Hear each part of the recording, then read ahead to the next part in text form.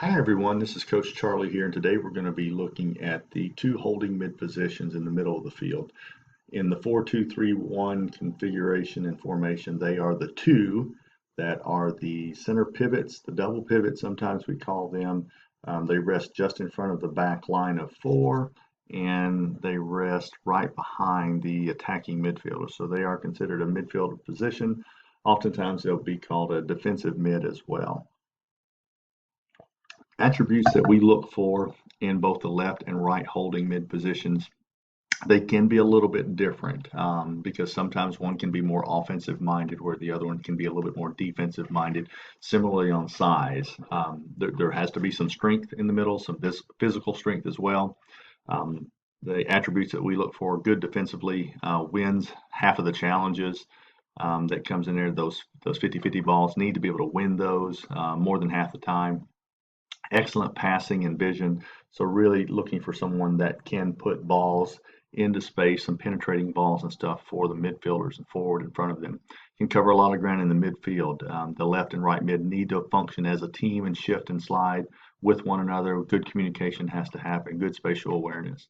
Responsibilities offensively, they need to be able to play the ball wide to the left back, for example, or the right back here, in situations where they're doing overlap. So they've got to see as they receive the ball, whether from behind or whether from in front as a drop, they have to be looking to the outside to look for that outside run from the left back.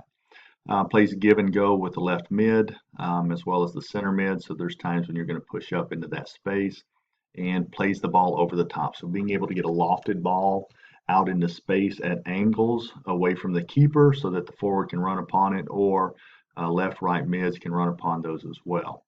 Defensively, they must cut off passing lanes from the opposition midfield and forward. Oftentimes what happens in this role is left and right mids can get too close to the back line or too close to the high line if the midfielders are high up here, and leave a lot of space in the middle. So we can't leave that space. We've got to protect to make sure that the opposing team doesn't get it up to their forwards up top by occupying that space in the middle. Close down space in opposition offensive midfielders. So again, all of the midfielders here too, we've got to make sure that we're in between those gaps and lanes so that passes don't happen. So we're closing down the offensive midfield possession in the penetrating third for them so that they cannot get it to their forwards and their attacking midfielders. We'll stay in front of the defense here, the back line, to support defensively as the other team comes back. And we want to have this position, one of these two, it won't be both. One of them will drop to this middle top of the 18 box position whenever we have a goal kick, as both the left back or the left center back and the right center back shift outside. So someone will drop here to be able to play it back to the keeper, turn with it if no one's on them. Again, very important as we play from the back in that position. Coverage area really is going to be from 18 to 18.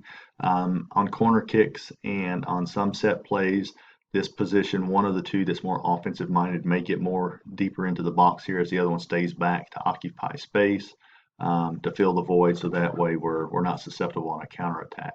So the left holding mid stays central in front of the defenders, wins the ball in the center of the field, and supports the left mid, center mid, and forward in attack. So really to help support these three in the attacking formation. The right holding mid is just the opposite on that side of it there too. Good defensively, wins the 50-50 ball, excellent passing, great vision, can cover a lot of ground, good awareness of space and understanding next steps and what we're trying to accomplish. Offensively, they need to be able to play the ball wide to an overlapping right back as they come out into this space. So looking for all of those passes that can happen right along this outside wall. Plays give and go with the right mid as well as the center mid. So a lot of opportunity to squeeze in between them, hold, let them run, let them cross, let them diagonal run, and play the ball over the top. So again, playing that forward ball that doesn't go into the keeper, that goes out at an angle wide enough to prevent the keeper from getting it, but not so fast that the forward can't run upon it. Defensively, cutting off passing lanes from the opposition. So again, we're clogging up this middle so that there's not a lot of opportunity here to close down space on opposition offensive midfielders, and then stays in front defense on support. So we're going to stay in front of our right center back, here and make sure when we go into our 4-4-1-1 defensive shape as the other team advances that we're in the right position to close down those gaps. Again, working very closely with the left holding mid. A lot of the pivots and switching happen with these two positions. So balls will come from this left side, left back or left mid through the left holding mid, which may end up again dropping, but typically that's what starts the pivot in the switch. That's why we oftentimes call them the pivot midfielders as well. And then we're going to drop in the middle between the left and center back on a goal kick, drop here, and then the left holding mid can hold. So it depends on which one, but one of them will drop into the space to give the goalkeeper another option. So that covers both the left and right holding mid positions. Really have to be a good working team. Really needs to be someone with experience on the team. This one's hard for somebody new to come into because there's a lot of responsibilities here in connecting the back line to the midfield and connecting the start of the possession oftentimes to the attacking part of the field and the penetrating part of the field in the offensive third. So that covers those two positions, and we will cover next the backs.